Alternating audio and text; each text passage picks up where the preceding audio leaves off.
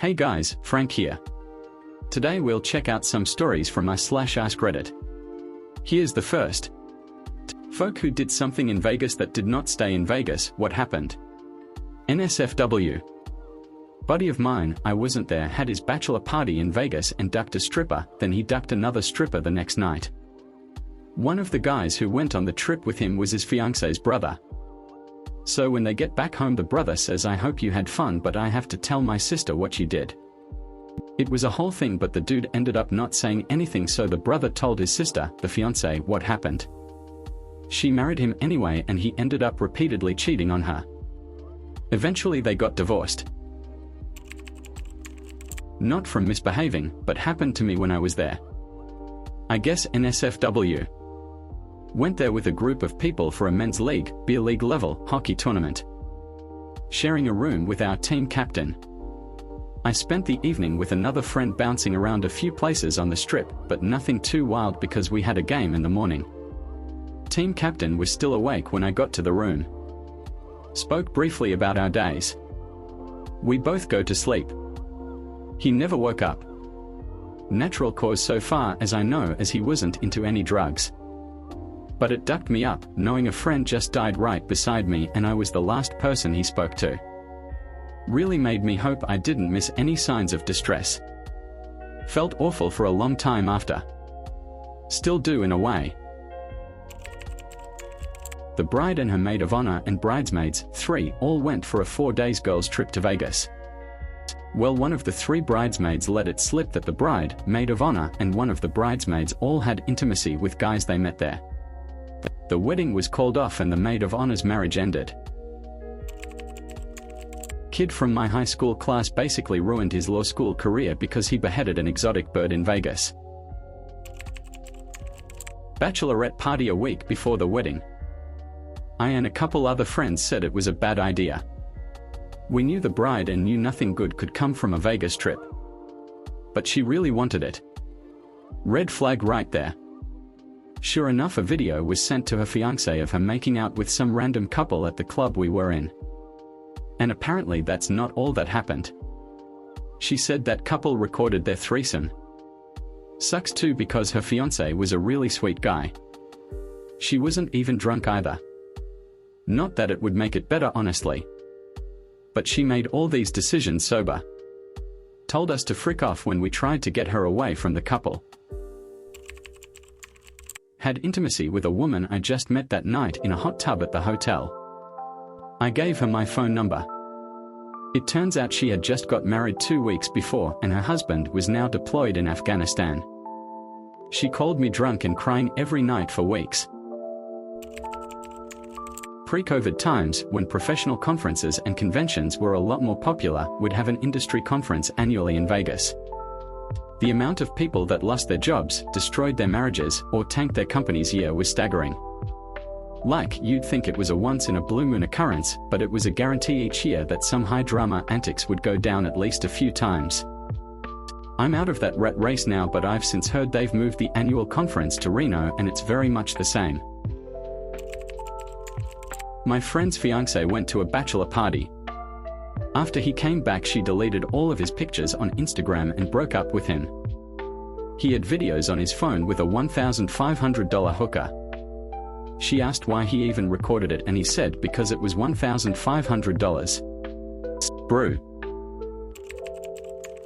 Boys trip 10 years ago to Vegas. Got a 3 AMS tattoo, roughly half the size of one cheek. Didn't really remember it until the next day and I rolled over and I was like, Jesus, my ass hurts. Anyway, I have had to see it every day for the last 10 years and will do for the rest of my life. No real regrets, makes me laugh at it, so many questions on what the tattoo is, so apologies I didn't put it in the original message. It's a rooster. My buddy got banned from the Sphere. Because it is owned by MSG, he is banned from all their properties including Madison Square Garden, Radio City and the Chicago Theater.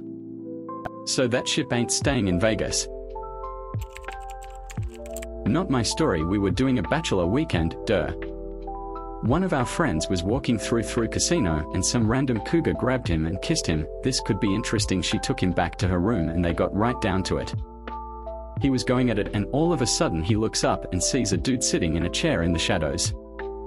So my boy stops and says, "WTF?" She says, "Don't worry, he loves this." So he goes back to work, pretty sure I'd have noped out. She tells him to stick it in her ass and yell, "I love fucking Orange County whores."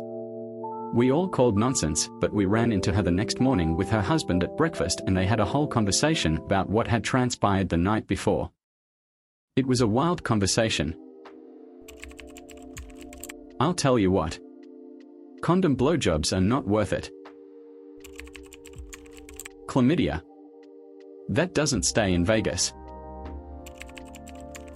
2 months before my Vegas trip, I told my wife that I had a drinking problem and was going to try and stop.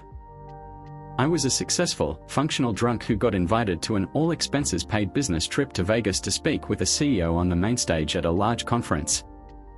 I stayed 100% sober while I was there and found a great cigar lounge, Casa Fuente, to help pass the time.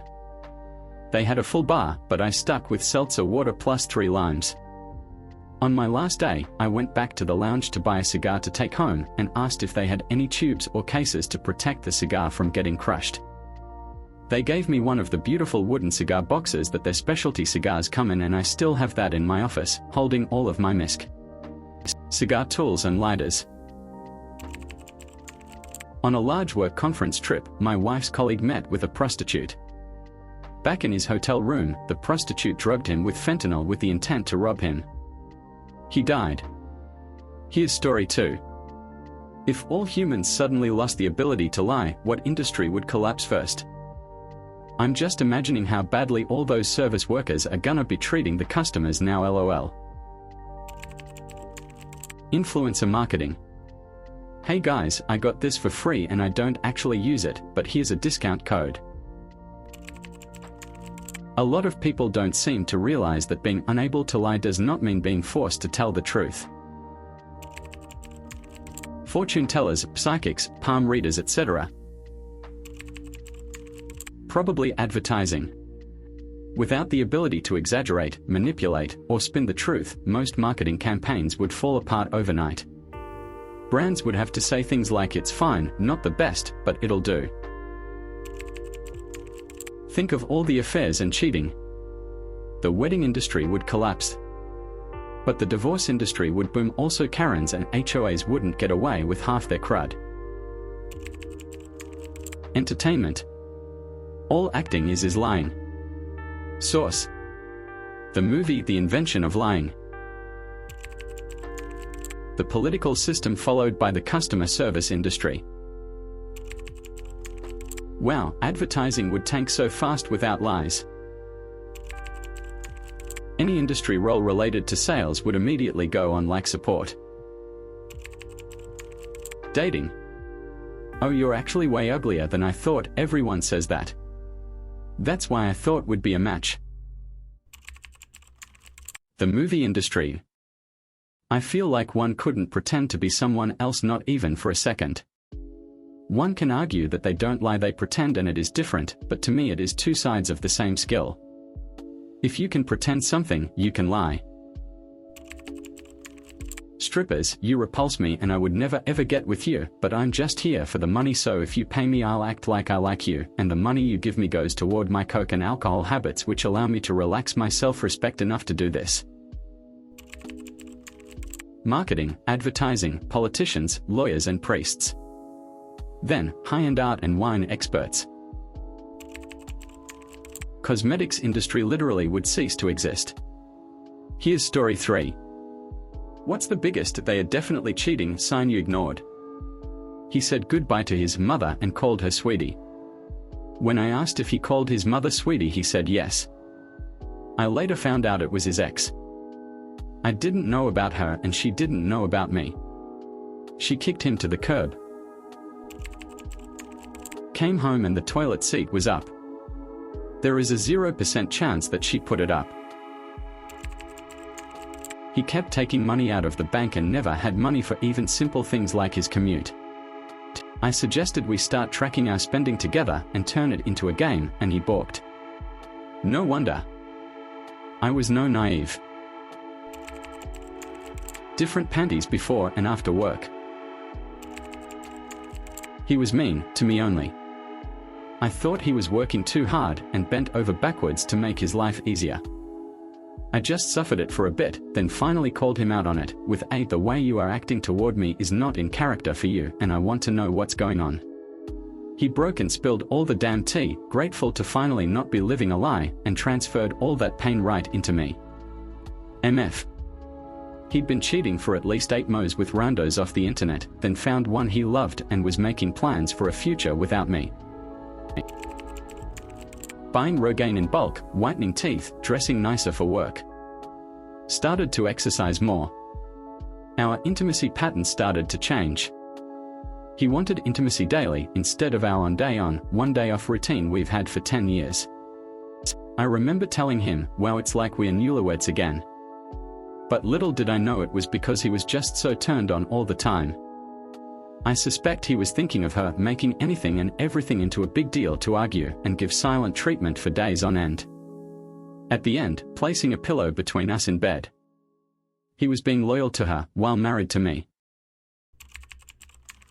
When she changed her phone password every week and said it was for security reasons. Girl, who's trying to hack you? The FBI? Or just your conscience? Talking about one specific coworker all the time, so and so this, so and so that, me and so, etc., etc., etc. Constantly winning the Tour de France. There were many red flags. The biggest one was when in all the years we were married, she never initiated intimacy except one time. And 1 month later, she's pregnant. I saw Tinder on her phone.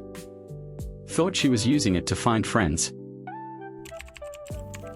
Accusing me of cheating when it never even occurred to me to cheat. Every time it has happened to me, there's been a sudden, noticeable distance, almost like a switch flipped. Communication would drop off completely for long stretches, and I could just feel I wasn't being respected or prioritized anymore. It's not just the silence, it's how you start to feel minimized, like your presence doesn't matter. It hits your dignity hard. When she got pregnant, I biologically can't get any woman pregnant. Literally, cannot. But she got pregnant and I somehow lied to myself about it. Not allowing posts of the two of us on social media. Here's story 4. What is an undeniably evil profession? Backyard pitbull breeders who breed dogs for dogfighting. Personal data seller pretending to be a recruiter. Predatory payday lending. It's literally built on exploiting desperate people, trapping them in cycles of debt, and profiting off their suffering.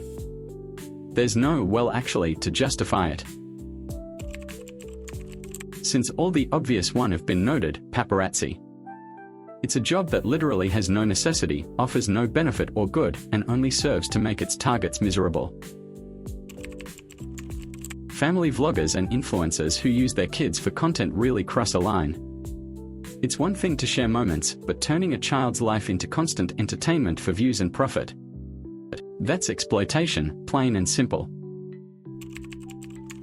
Doctors that work for medical insurance companies helping to write policies that deny care and cause harm to patients. A lot of the big ones have been said, so I'll go with a smaller one. Scalpers are pretty awful peoples. Human traffickers like those who are forced to work in scam centers in Myanmar, horrific.